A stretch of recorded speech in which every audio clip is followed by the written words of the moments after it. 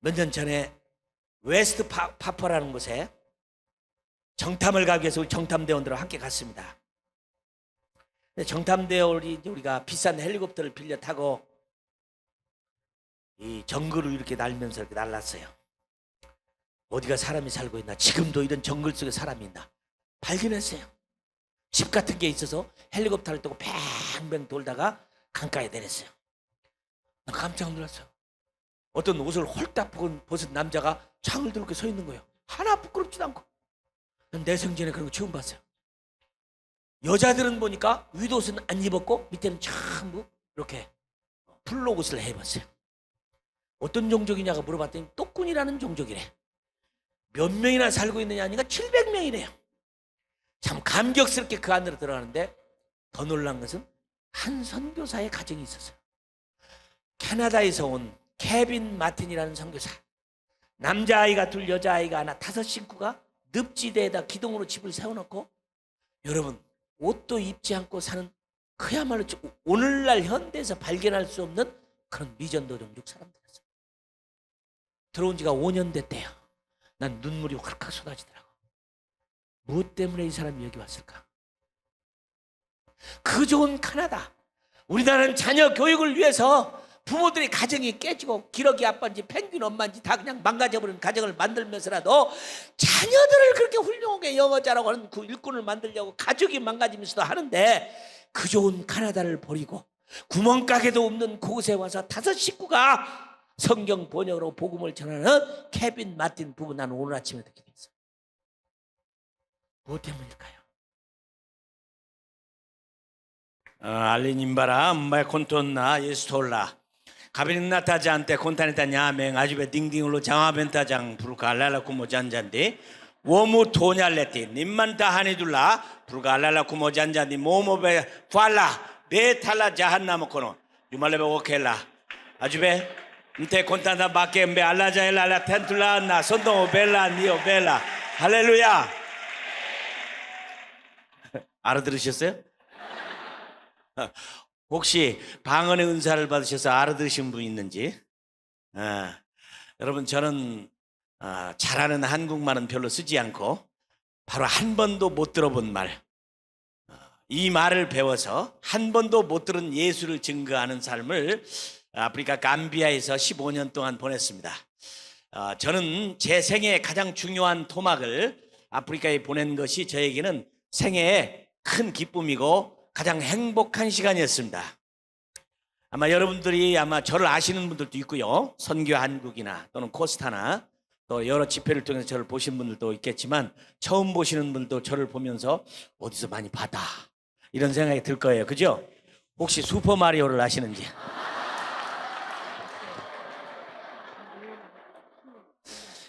만일에 여러분 중에 다른 사람이 다 웃고 있는데 못 웃는 분이 있다, 그분은 생존이 어렵습니다. 여러분, 포스트 모더니즘이나 글로벌라이제이션의 특징이 뭐죠?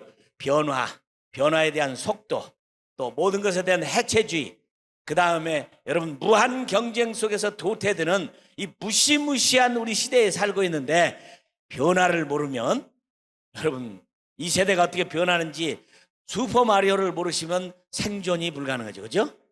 혹시나 못 웃으신 분들은 집에 가서 조용히 묻기를 바랍니다. 야, 슈퍼마리오가 누구냐? 근데 제가 일하던 감비아에 저는 만딩고족을 위해서 일했는데, 만딩고족 노래에 이런 노래가 있습니다. 모테제 콘톨마리오 모만장크 슈퍼마리오 그러거든요. 왜냐하면 슈퍼마리오란 놀라우신 주님이라는 만딩고 말입니다. 얼마나 멋있어요. 저는 아주 하나님이 그렇게 만들었다고 생각하는데, 얼마 전에 어떤 청소년이 말이죠, 하나님께 감사한금을 올렸는데 슈퍼마리오 선교사의 머리가 없네요. 하나님 머리 좀 많이 나게 해주세요. 그렇게 기도를 했어요. 다음번에 볼 때는 아마 머리가 수북이 날 걸로 생각을 합니다. 제가 남가주에서 사랑의 교회에 가서 집회를 했는데요, 주일학교가 정말 슈퍼마리오 인형을 요만한 거 사가지고 왔어요. 그래서 제가 사무실을 떠날 때는 제 의자에다 대신 앉혀놓고 떠나요. 여러분 만나서 참 반갑습니다. 저는 오늘 여러분들에게 참 희망적인 설교를 하고 싶은 마음이 없습니다. 왜냐하면 우리가 너무 위험한 세대에 살고 있다는 이유 때문이죠. 제가 감비아를 갔을 때 감비아는 평균 수명이 40을 못 넘었습니다. 평균 수명은 40을 못 넘었어요. 대부분의 많은 사람들이 이름 모를 병으로 죽고 어려서 말라리아로 대부분 생명을 잃었습니다. 그런데 말라리아로 안 죽을 수 있어요. 우리나라 돈 900원이면 크로로퀸이라는 약을 사면 걸렸을 때 4알, 6시간 후에 2알, 12시간 후에 2알, 24시간 후에 2알 먹으면 생명을 건져요. 저는 말라리아에 수도 없이 걸렸습니다. 그렇지만 저는 그 약 먹고 살아났어요. 그러나 900원이 없어서 1불이 안 되는 900원이 없어서 한 생명을 잃었다 하면 여러분들 이해가 안 될 거예요. 참 저는 이해가 안 됐습니다. 제가 91년도에 정글 속에 있는 동네에 복음을 전러 가다가 자동차가 전복됐어요. 마침 지나가는 트럭이 있어서 저를 실어다가 여러분 감비아에 영국 정부가 지어준 빅토리아 로이얼 메모리얼 호스피탈이 있어요. 빅토리아 여왕 기념을 해서 세운 영국 정부가 세워준 그 좋은 병원이 있는데 그 병원에 입원을 했는데 의사가 다음날 제가 깨나니까 이재환 선생님 우리 병원에 별거 있습니까? 엑스레이를 찍어보니까 갈비 3개 부러졌는데 별거 아니니까 항생제 줄 테니까 집에 가 쉬십시오 그랬어요. 여러분 교통사고가 나서 피투성이가 돼서 와서 엑스레이를 찍어보니까 갈비 3개밖에 부러지지 않았다고 저를 항생제도 주지 않냐고 병원에서 쫓아냈어요. 제가 점점 더 심해서 미국에 있는 병원으로 후송이 돼서 입원을 했는데 여러분 지금 이렇게 건강하죠. 중환자실에 입원해서 다시 엑스레이를 찍어보니까 윗뼈로부터 밑으로 7개가 부러졌고 그 다음에 머리를 다쳐서 신경이 망가져서 제가 반절을 쓸 수가 없었어요. 그러나 저는 한국, 미국 여러분 이렇게 좋은 병원에서 다시 건강을 찾아서 건강합니다. 그러나 감비아 사람이 그런 일을 당했을 때 가능할까요? 그러나 이 문화의 차이라는 게 나를 마음 아프게 해요. 오래전에 제가 밴쿠버에 집회를 갔는데 제가 막 울었어요. 왜 울었느냐 하면 옛날 우리나라 가수의 남진이라는 가수가 있었는데 남진이 부른 노래가 생각나서 울었어요. 저 푸른 언덕 위에 그림 같은 집을 짓고 한 100년 살고 싶어. 제가 머물고 있는 집이 어쩌면 그 가사하고 똑같은 거예요. 푸른 언덕에 꽃이 핀 그 아름다운 언덕 위에 그림 같은 집이 있는데 제가 그 집에 머물고 있었어요. 누구는 이런 곳에서 잘 태어나서 이렇게 잘 살고 아프리카 사람은 지옥처럼 태어나서 지옥처럼 살다가 또 지옥에 가야 되느냐. 막 눈물이 폭포처럼 쏟아졌어요. 가봉에 오신 선교사님이 저에게 그랬어요. 이재환 선교사님 울지 마세요. 아름다운 것이라는 것은 눈을 뜨고 보는 게 아니라 감고 보는 겁니다.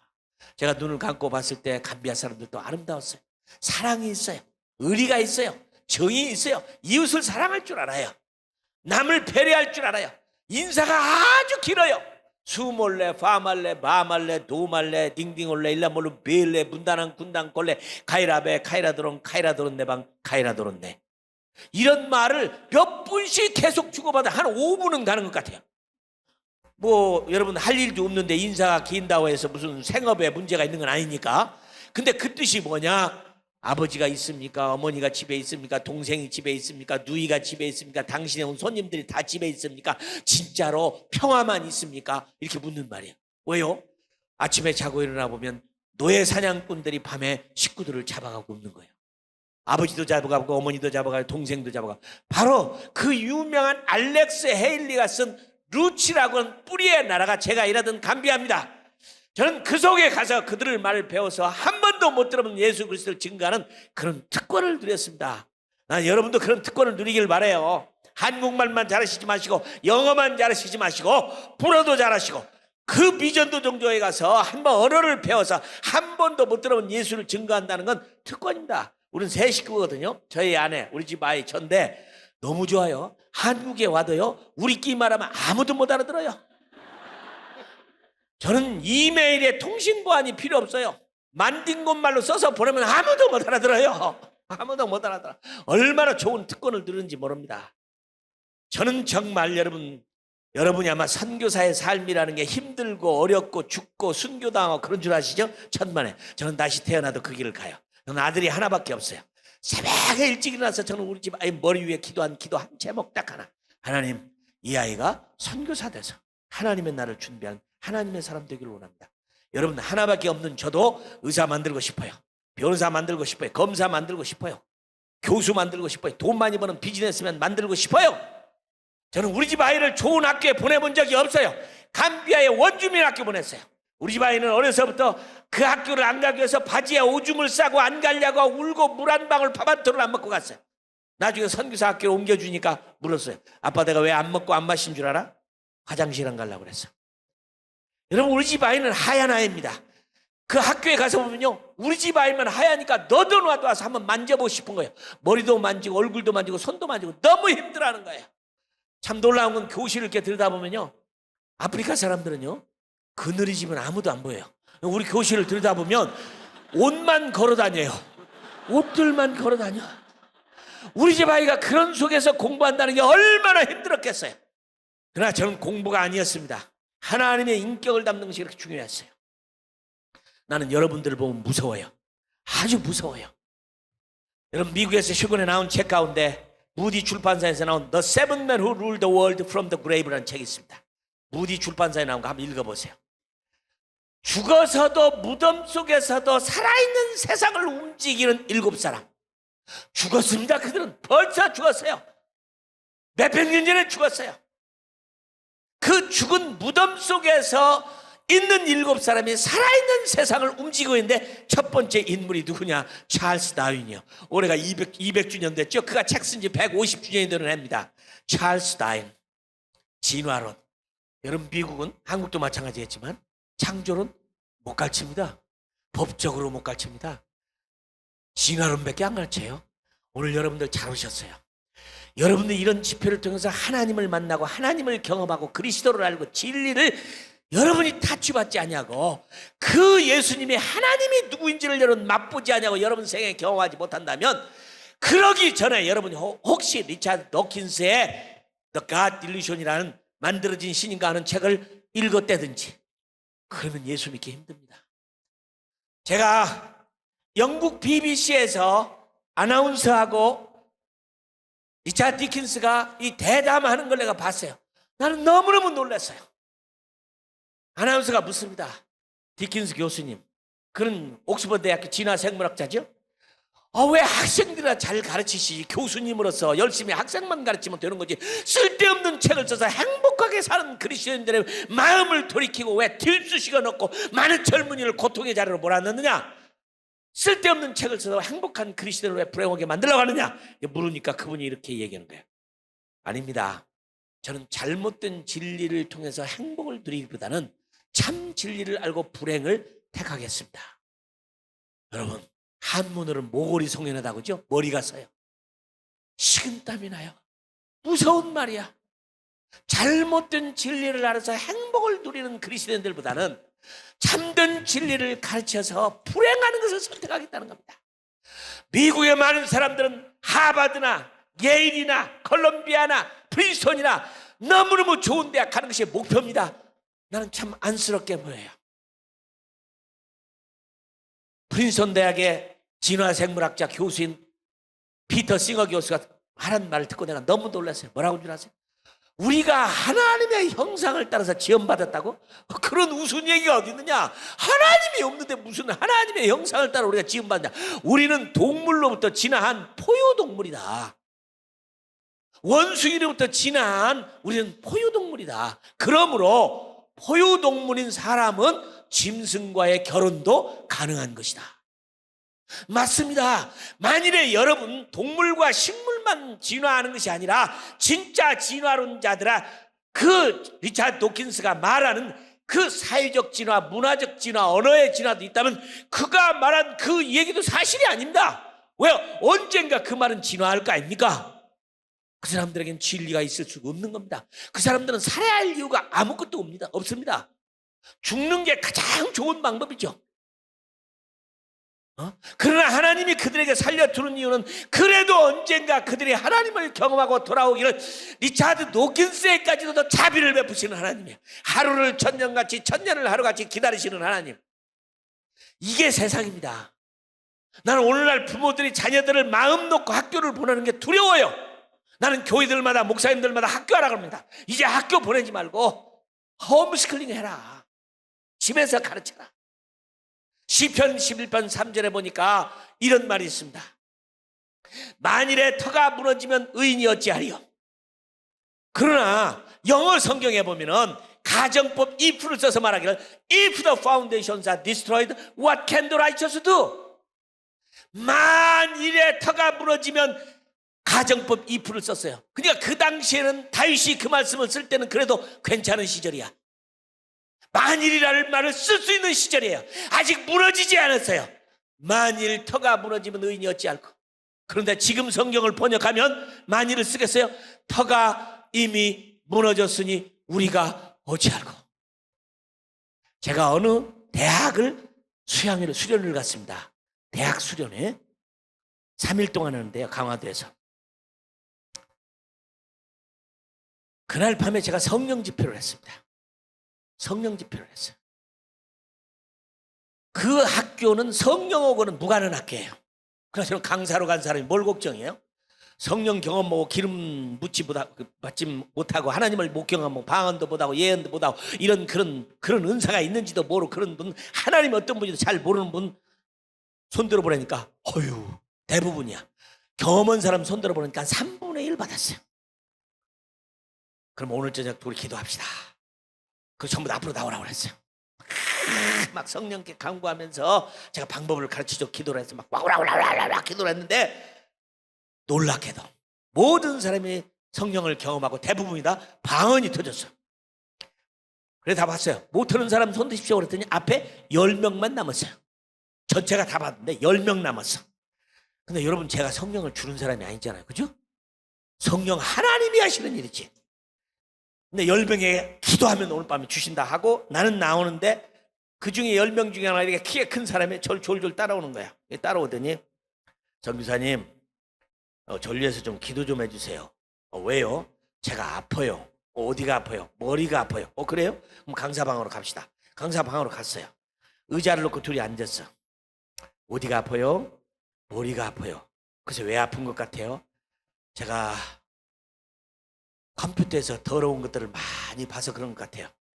제가 그때 볼 때 이 형제가 그동안 나쁜 걸 많이 본 음란 귀신에 걸렸구나. 그래서 소용 목소리로 그랬어요. 형제 내 눈을 봐요. 내 눈을 보고 내가 나사렛 예수의 명하는 이 더러운 음란 귀신아 나가라 그랬어요. 크게 말하지도 않고. 근데 이 저보다 이렇게 덩치가 큰 사람인데 의자에 앉았다가 벌렁 넘어져 버렸어. 쭉 뻗어 버렸어요. 그리고 온 몸을 뒤틀기 시작하면서 몸에서 거품을 내기 시작했어요. 제가 그 학교 학장님 교수들 다 오라고 했어요. 교수들은 죽는 줄 알고 막 굉장해서 야 너 죽으면 어떡하냐, 너 죽으면 어떡하냐. 안 죽습니다. 걱정하지 말고 기도합시다. 계속 기도하는데 하여튼 많은 거품을 다 닦아내고 살아났습니다. 그리고 귀신이 나갔어요. 다시는 그를 주지 말라. 그리고 그날 밤에 그 학교는 밤새껏 기도하는 역사가 일어났어요. 자, 내가 한 사람의 얘기를 했어요. 여러분 중 가운데도 그런 사람이 있는지 몰라요. 이 세대가 무서운 세대예요. 마태복음 24장에 보면 우리들에게 희망을 주는 게 아니라 예수님과 제자들이 46년 동안 지었던 헤롯 성전을 들어갔습니다. 나온 다음에 너무 놀라서 예수님한테 예수님 이렇게 좋은 건물을 누가 헌금을 내고 이 돌들을 어디로 가져와서 이렇게 아름답게 지었을까요? 예수님이 그걸 보고 그랬습니다. 너희들이 뭘 보느냐, 이 돌들 2개도 겹치지 아니하고 모든 돌들이 완벽하게 깨지리라, 부서지리라. 제자들이 그 말을 듣고 너무 놀랐어요. 아무 질문도 하지 않냐고 감람산에 왔을 때 조용히 예수님께 나와서 예수님 세상의 종말이 언제 오겠습니까? 여러분 예수님이 세상 종말 온다고 안 했습니다. 안 했어요. 성전이 무너졌는데 돌 위에 돌 하나 남고 무너진다고 했지. 그러나 이스라엘은 여러분 아시다시피 성전은 하나밖에 없습니다. 하나님이 계시는 집은 하나밖에 없어. 하나님의 집이 무너지면 세상은 망한 거죠. 이 말씀대로 정말 주후 70년 7월 8일 날 정확하게 로마의 디도 장군에서 예수님이 33살에 말씀하셨는지 몇 살에 모셨는지 모르지만 약 34년 후에 35년 후에 너무도 정확하게 문자적으로 일어나서 이스라엘은 망해버려서 나라를 2000년 동안 잃어버렸어요. 이스라엘 성전은 무너져 버렸고 비참하게 망가졌고 2000년 동안 그런 나라를 잃어버렸습니다. 그때 제자들이 질문할 때, 주님, 이 말세의 징조가 뭐겠습니까? 가짜 선지자, 가짜 메시아, 난리, 전쟁, 소문, 윤리적 부패, 타락, 지나미, 현상, 지구온난화, 사랑이 식어지고 불법이 성하고 서로를 잡아 죽이고 환란이 임할 것이다. 요 마지막 때의 징조를 성경이 말하고 있는데 제가 설명할 필요 없죠. 여러분은 이미 다 경험했어요. 그거 다 일어났어요. 다 일어났어요. 희망이 없습니다. 여러분들은 가끔 사과나무를 보고 사과 열린 걸 보고 사과나무다 그렇게 말하죠. 천만에요. 사과가 열리니까 사과나무가 아닙니다. 사과나무이기 때문에 사과가 열리는 겁니다.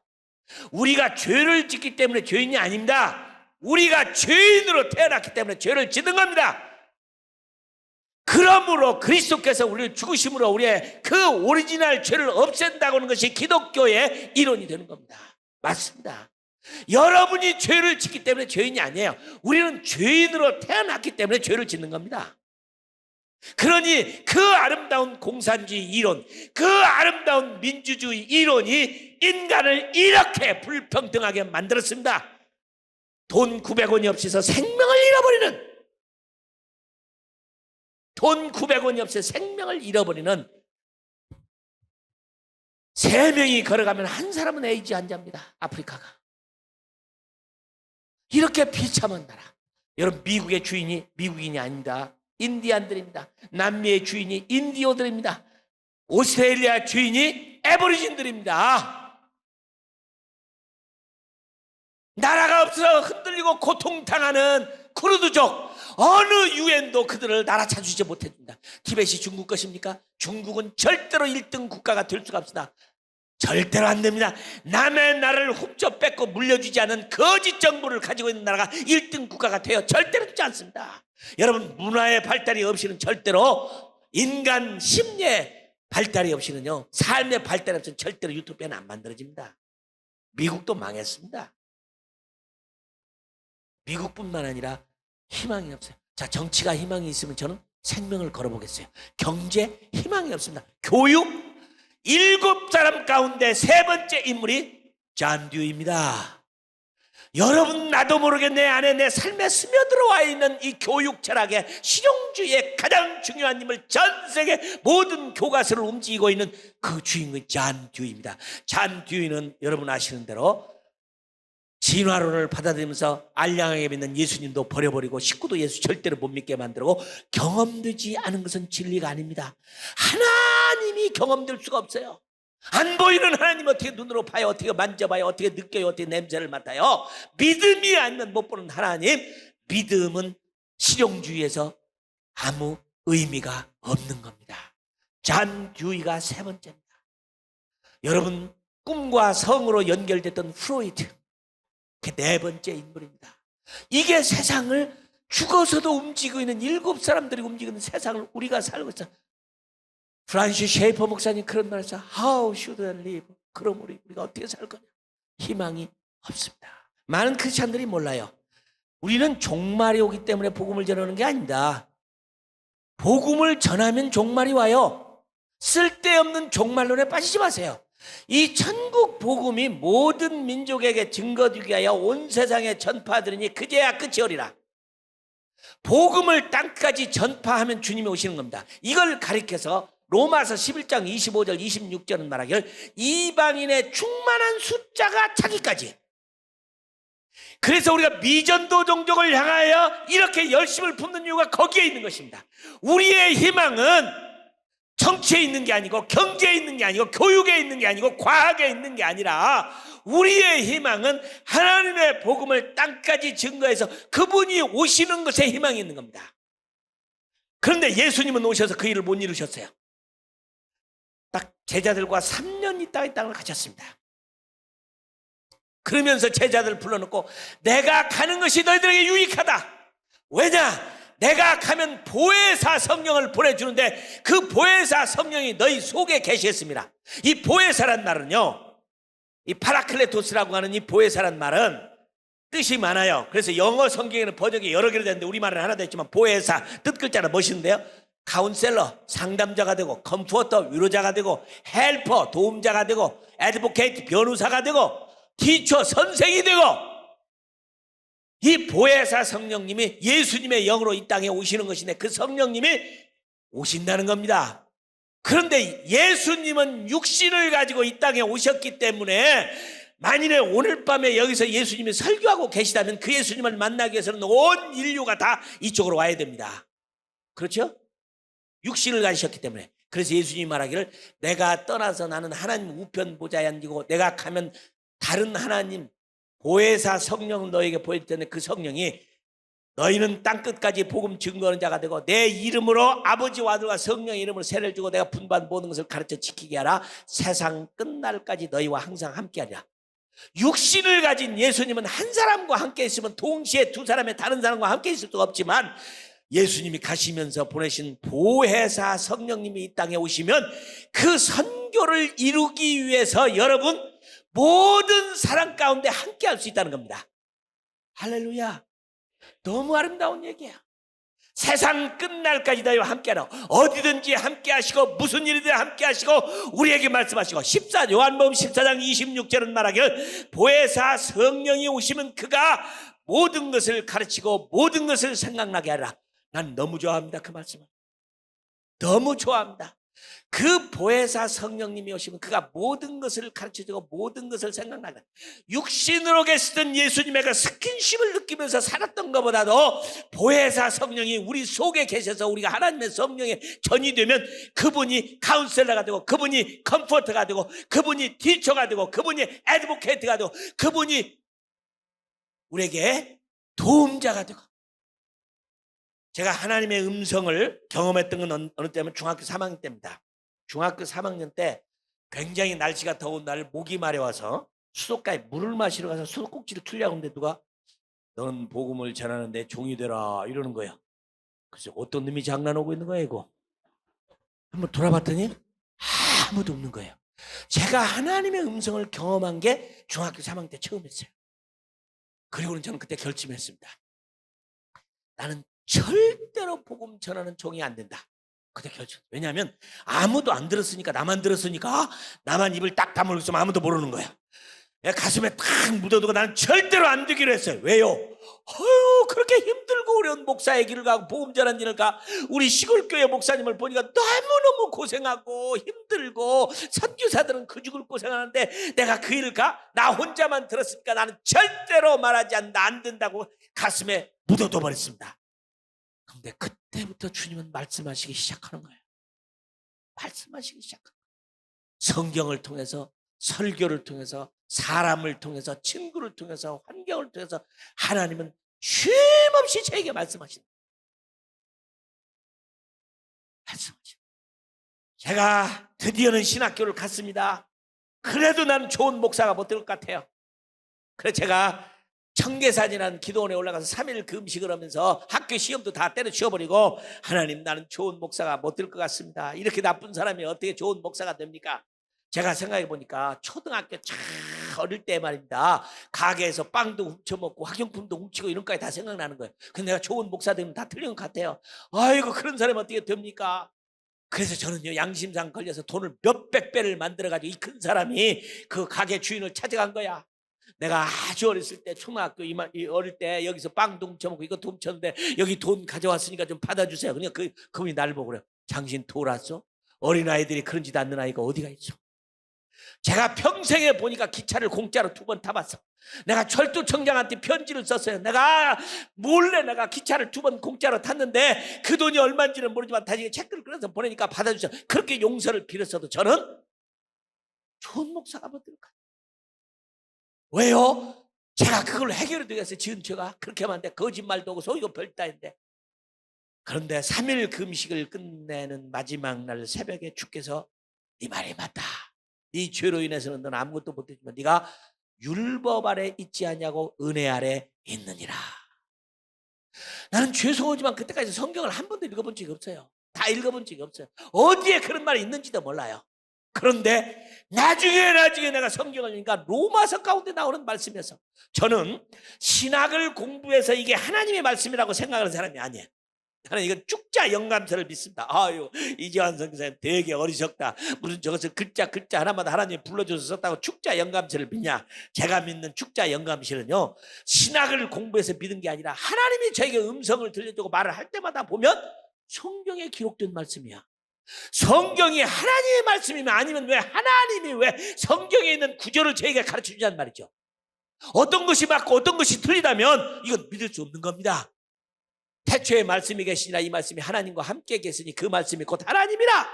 저는 아침에 일어나면 기도부터 먼저 하는 게 아니다. 저는 성경 암송과 묵상을 먼저 합니다. 그리고 하나님의 말씀의 약속에 근거해서 기도를 해요. 할렐루야.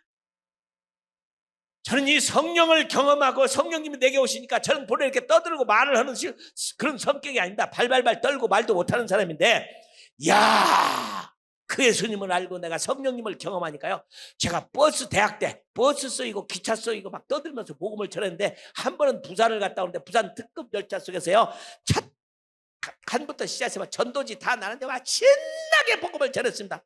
그러다가 차장한테 쫓겨날 뻔해서 너 다음 역에 내리시오 그러더라고. 제가 중국에 가서 중국 선교사님들에게 4박 5일 동안 선교 집회를 하는데, 중국 선교사님이 저한테 와서 그러는 거예요. 선교사님, 제가 중국어과를 나왔습니다. 중국 회사에서 일을 했습니다. 그런데 중국말이 우리말처럼 느낌이 없습니다. 여러분, 굉장히 중요한 겁니다. 언어는 느낌이 있어야 됩니다. 언어는 느낌이 있어야 돼요. 제가 영어로 설교하고 영어로 가르치고 하죠. 근데 우리말 같은 느낌이 없어요. 근데 만딩고 말은 우리말처럼 느낌이 있어요. 그래서 이런 언어를 가르쳐서 마더텅이라, 모국어라, 또는 하트 랭귀지, 가슴의 언어라고 얘기하는 겁니다. 이 언어라는 것이 중요한 거죠. 근데 하나님이 감비아 땅에서 그 말을 우리말처럼 느낌 있게 해줬다는 게 얼마나 기쁜지 몰라요. 너무너무 기뻐요. 우리 옆집 할아버지가 날 보고 그런 거, 날만 보면 이재환 선교사님 나 코리아 좀 데려다줘요, 코리아 좀 데려다줘요, 코리아 좀 데려다줘요. 그래서 왜 그러냐? 한국에 가서 돈 좀 벌게. 이 아프리카 사람들은요, 한국이나 유럽이나 미국 가면 돈을 그냥 바닥에서 줍는 줄 압니다. 왜냐하면 외국인들이 와서 보면 너무 잘 살고 카메라, 라디오, 비행기 타고 자동차 타고, 이 사람들은 막 황금 위에 사는 걸로 착각하고 있는 겁니다. 여러분들은 행복하신 줄 알아요.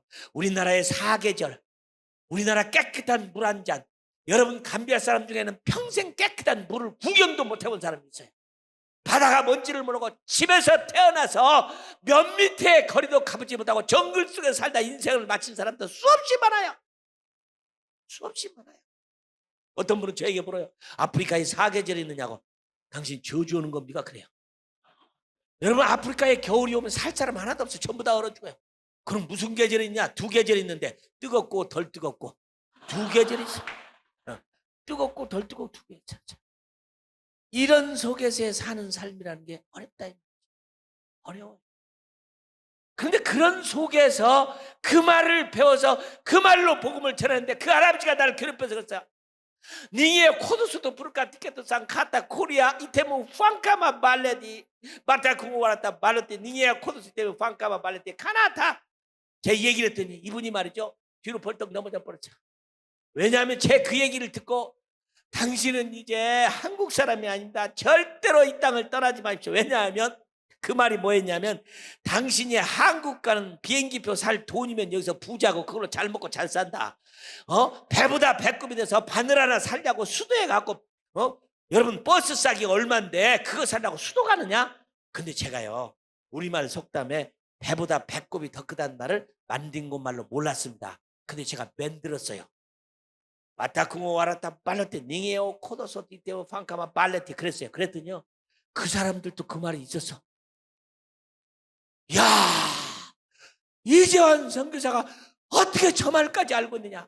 사람들이 감비아에 진행하면 사람이 그래요. 감비아 사람 말을 제발 잘한다고 나를 놀려대고 조카하고 가면서 미살리 호지코 더 줄래봐 아마 오죠 불러 네 구차도 몰래마 아나트랑 점에 주베도록 얘기하면요, 더 이상 말을 안 해버려.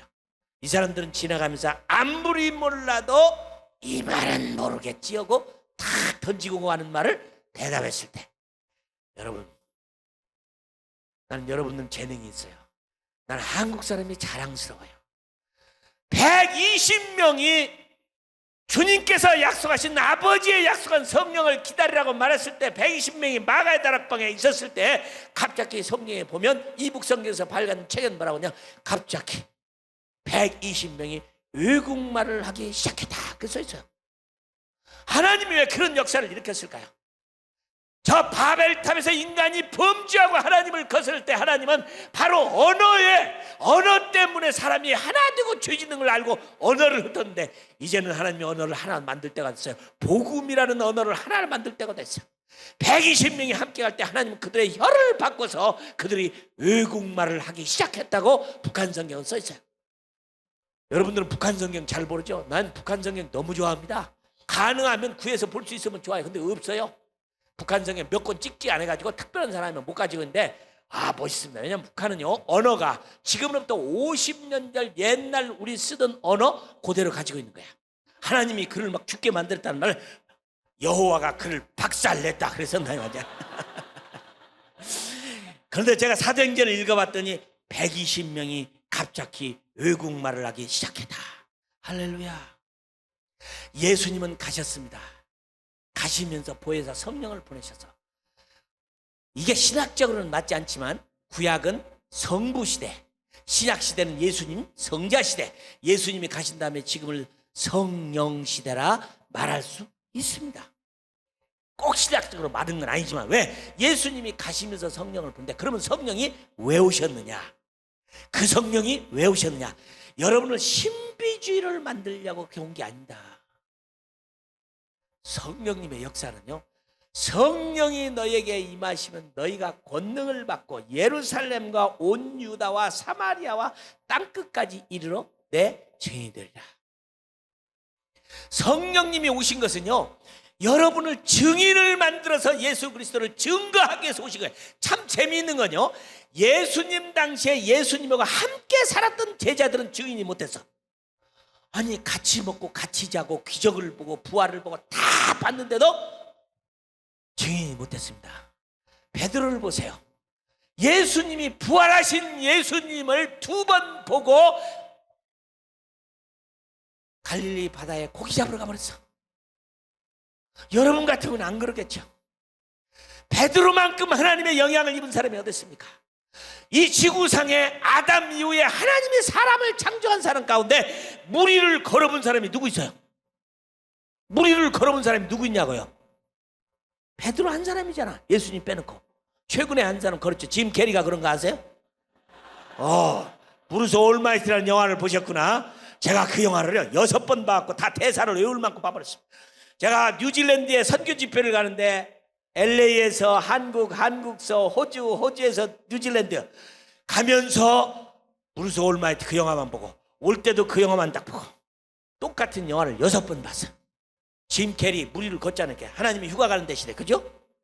큰 코미디죠. 베드로는 단 한 사람이야, 유일하게. 무리를 걸어본 사람은 베드로밖에 없어요.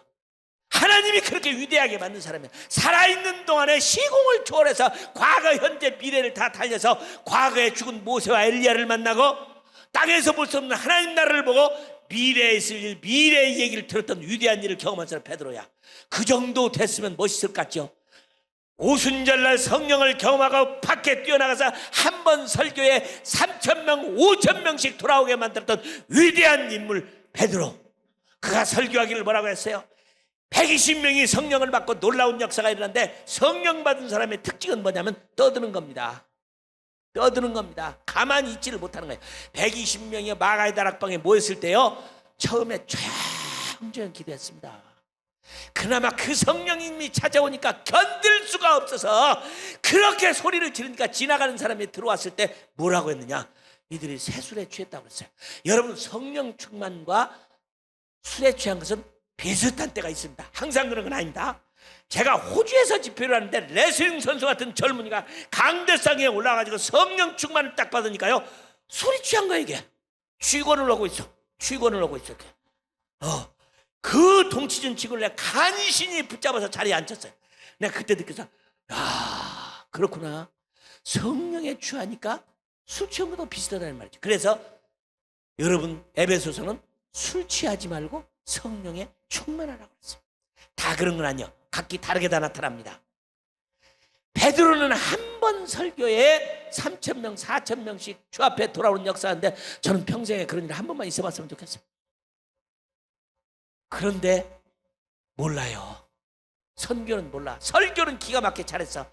성령 받고 막 형제들 우리가 어찌할꼬 그러니까 너희가 각각 예수의 이름으로 세례를 받고 죄사함을 얻으라. 그래야면 이 성령을 선물로 받으려니 이 약속은 너희와 너희 자녀와 모든 먼데 사람 하나님이 얼마든지 부르신 자들에게 하신 것이라. 설교는 그렇게 했는데요, 베드로는 죄송하지만 선교 몰랐어요. 사도행전 10장에 가서 고넬료를 만나지 않았더라면 그런 선교 모릅니다. 그렇게 주님을 따라다녀 그런 능력 있는 사람도 몰라요. 그래서 저는요, 아무리 큰 교회 목사님 2만 명, 3만 명, 5만 명이 모여도요, 그 교회가, 그 목사님이 선교를 모르시면 나는 그분은 존경은 합니다. 그러나 부러워하지 않습니다. 왜요? 이 망할 세상에 주님이 말한 망할 수밖에 없는 이 세상, 정치, 경제, 사회, 문화, 교육, 과학 아무것도 희망이 없는 세상에 유일한 희망은 뭐냐? 이 천국 복음이 모든 민족에게 증거되게 온 세상에 전파되니 그제야 끝이 오라는 선교적 종말을 이루기 위해서 주님은 가시면서 십자가에서 돌아가심으로 구속사를 이루어 놓으시고 그 십자가의 비밀을 성령님을 보내서 사람을 사용해서, 여러분, 하나님은 사람을 직접 구원하지 못합니다. 만일에요, 꿈이든 환상이든 음성이든 하나님이나 성령님이 사람에게 진리를 가르쳐줘서 그 사람이 구원받다, 그럼 우리 복음 전도할 필요 없어요. 하나님이 오시지. 하나님이 오시지. 우리를 사용하십니다. 하나님은 손이 없어요. 하나님은 발이 없어요. 하나님은 입이 없어요. 우리를 대신 쓰기를 원하시는 거예요. 그러므로 선교는 특권이에요. 특권이야.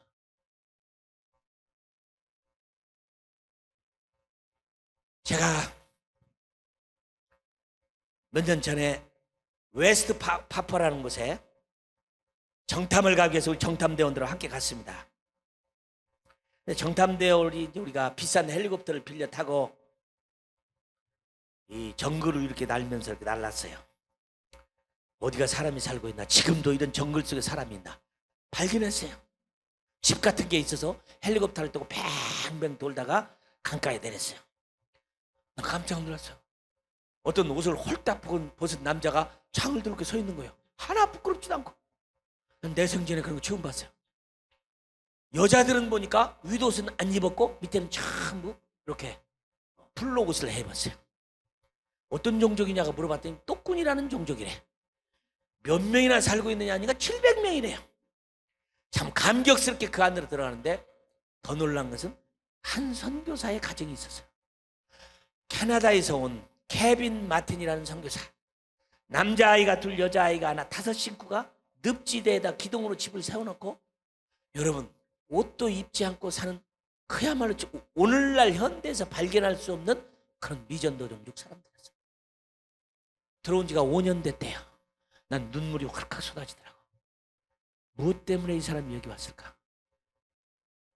그 좋은 캐나다, 우리나라는 자녀 교육을 위해서 부모들이 가정이 깨지고 기러기 아빠인지 펭귄 엄마인지 다 그냥 망가져버리는 가정을 만들면서라도 자녀들을 그렇게 훌륭하게 영어 잘하고 하는 그 일꾼을 만들려고 가족이 망가지면서도 하는데, 그 좋은 캐나다를 버리고 구멍가게도 없는 그곳에 와서 5 식구가 성경 번역으로 복음을 전하는 케빈 마틴 부부, 나는 오늘 아침에 듣게 됐어요. 무엇 때문일까요? 저는 아내를 사랑합니다. 감비아 땅에 갔어요. 비행기를 타고 나오는데 저희 아내가 비행기 속에서 그랬어요. 여보, 이 비행기가 떨어지면 땅에 떨어지는 게 아니라 하나님 나라 도착하겠죠? 그랬으면 참 좋겠네요. 저희 아내가 정말 너무 많은 고생을 했기 때문에 너무 힘들어서 하나님 나라가 빨리 가고 싶다고 온 건지, 아니면 정말로 하나님 나라가 그리워서 가고 싶은 건지는 내가 안 물어봤어요. 그러나 나는 곰곰이 생각했어요. 맞습니다. 맞습니다.